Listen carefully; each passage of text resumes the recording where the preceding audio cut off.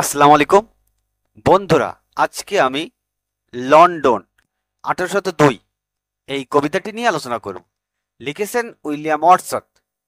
তিনি জন্মগ্রহণ করেন April 7, 1770। Birth place Cumberland, England. মৃত্যুবরণ করেন এপ্রিল 23, 1850, 80 বছর বয়সে। Resting place Cumberland, England. Occupation poet, genre sonnet. Nickname romantic poet. Spouse name Mary Hutchinson. Remarkable works Lyrical Ballad, The Prelude, And I Wander, Lonely as a Cloud, Ode, Intimations of Immortality. Rhyming pattern ABBA, ABBA, CDE, CED. স্ট্যাঞ্জা 2। মূলত সনেটের দুইটা স্ট্যাঞ্জা থাকে। প্রথম 8 লাইনকে বলে octave, আর শেষের 6 লাইনকে বলে sestet. Line of poem 14। Line by line অর্থসহ ব্যাখ্যা। Milton, thou shouldest be living at this hour. Milton, তোমার এই সময়ে বেঁচে থাকা উচিত ছিল। কবি জন মিল্টনের প্রতি সম্বোধন করেছেন। তার উপস্থিতি সমসাময়িক ইংল্যান্ডের জন্য খুব প্রয়োজন। England hath need of thee, she is a fen. ইংল্যান্ডে তোমাকে প্রয়োজন। এখন দেশটা যেন এক স্থির জলাভূমি। ইংল্যান্ড নৈতিক ও আধ্যাত্মিকভাবে নষ্ট হয়ে গেছে। Of stagnant waters, altar, sword and pen. এক স্থির জলাশয়ের মতো। ধর্ম, যুদ্ধশক্তি আর সাহিত্য, যে জিনিসগুলো আগে গৌরবের প্রতীক ছিল, সেগুলো এখন শক্তিহীন ও প্রাণহীন। Fireside, the heroic wealth of hall and bower. গৃহস্থলী, অভিজাত প্রাসাদ আর রাজকীয় বাড়িঘরের গুরুত্বপূর্ণ ঐশ্বর্য।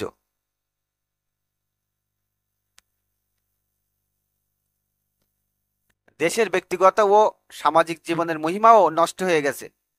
Have forfeit their ancient English dower. তাদের প্রাচীন ইংরেজ ঐতিহ্যের সম্পদ হারিয়েছে। ইংল্যান্ড আর পুরনো গৌরব ধরে রাখতে পারছে না। Of inward happiness we are selfish men. ভিতরের শান্তি ও আনন্দ হারিয়েছে। আমরা স্বার্থপর মানুষ হয়ে গেছি। মানুষ কেবল নিজের স্বার্থে ব্যস্ত, নৈতিক মূল্যবোধ নেই। Oh raise up, oh raise us up, return to us again. হে মিল্টন, আমাদের আবার জাগাও, আমাদের কাছে ফিরে এসো।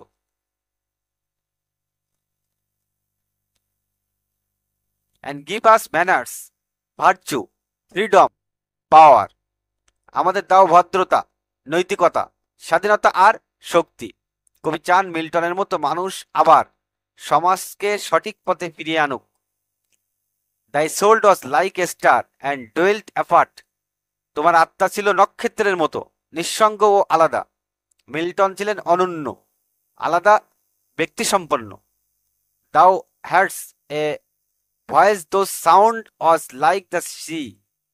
তোমার কণ্ঠ ছিল সমুদ্রের মতো গম্ভীর ও গভীর। Pure as the naked heavens and majestic free. তুমি ছিলে খোলা আকাশের মতো নির্মল, মহিমান্বিত আর স্বাধীন। So didst thou travel on life's common way. তবুও তুমি সাধারণ জীবনের পথে হেঁটেছ। In cheerful godliness and yet thy heart. আনন্দময় ভক্তি সহকারে, আর তবুও তোমার হৃদয়। The lowest duties on herself did lay. নিজেকে ন্যূনতম ও সাধারণ কর্তব্যগুলোর জন্য উৎসর্গ করেছে। মিল্টন উচ্চ মহিমার মানুষ হয়েও বিনম্রভাবে সাধারণ কর্তব্য পালন করতেন।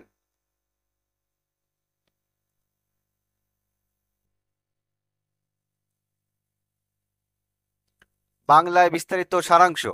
এই কবিতায় ওয়ার্ডসওয়ার্থ তার সময়ের ইংল্যান্ডের অবস্থা নিয়ে গভীর দুঃখ প্রকাশ করেছেন এবং 17 শতকের মহান কবি জন মিল্টনকে স্মরণ করেছেন। কবির মতে ইংল্যান্ড নৈতিক ও আধ্যাত্মিক অবক্ষয়ের মধ্যে পড়ে গেছে। মানুষের মধ্যে ভদ্রতা, নৈতিকতা, আত্মিক আনন্দ ও দায়িত্ববোধ হারিয়ে গেছে।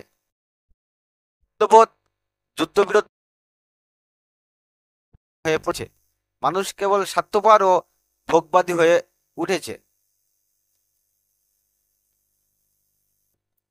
এ কারণেই কবি মিল্টনকে আহ্বান করছেন, তুমি যদি আজ বেঁচে থাকতে, তবে আমাদের পথ দেখাতে, আমাদের নতুন করে নৈতিক শক্তি দিতে। মিল্টনের চরিত্র চিত্রণ। ওয়ার্ডসওয়ার্থ মিল্টনের জীবনকে উদাহরণ হিসেবে তুলেছেন। তার আত্মা ছিল নক্ষত্রের মতো উজ্জ্বল, পবিত্র। তার কণ্ঠ ছিল সমুদ্রের মতো গভীর ও শক্তিশালী। তিনি ছিলেন খোলা আকাশের নির্মল, মহিমান্বিত ও স্বাধীন চেতা।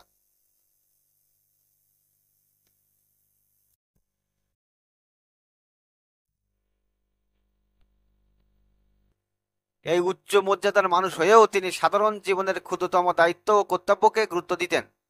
তিনি ছিলেন ঈশ্বর বিশ্বাসী, বিনম্র ও কর্তব্যপরায়ণ। সারসংক্ষেপ, এই সনেটে কবি আসলে একটি জাতীয় আবেদন করেছেন। ইংল্যান্ড তখনকার যুগে নৈতিক অবক্ষয়, ভোগবাদিতা ও আত্মকেন্দ্রিকতা বেড়ে গিয়েছিল। কবি মনে করেছেন জন মিল্টনের মতো একজন মহৎ, নির্মল, শক্তিশালী ও নৈতিক নেতা যদি ফিরে আসতেন, তবে ইংল্যান্ড আবার নৈতিকতা, ভদ্রতা, স্বাধীনতা ও শক্তি ফিরে পেত। সহজ করে বললে কবিতাটি একদিকে সমসাময়িক ইংল্যান্ডের সমালোচনা, আরেকদিকে মিল্টনের মহৎ চরিত্রের প্রশংসা করেছেন। বন্ধুরা, আজকের এই কবিতার সারাংশ এ পর্যন্তই। আশা করি বুঝতে পেরেছো। ভালো থাকো সবাই।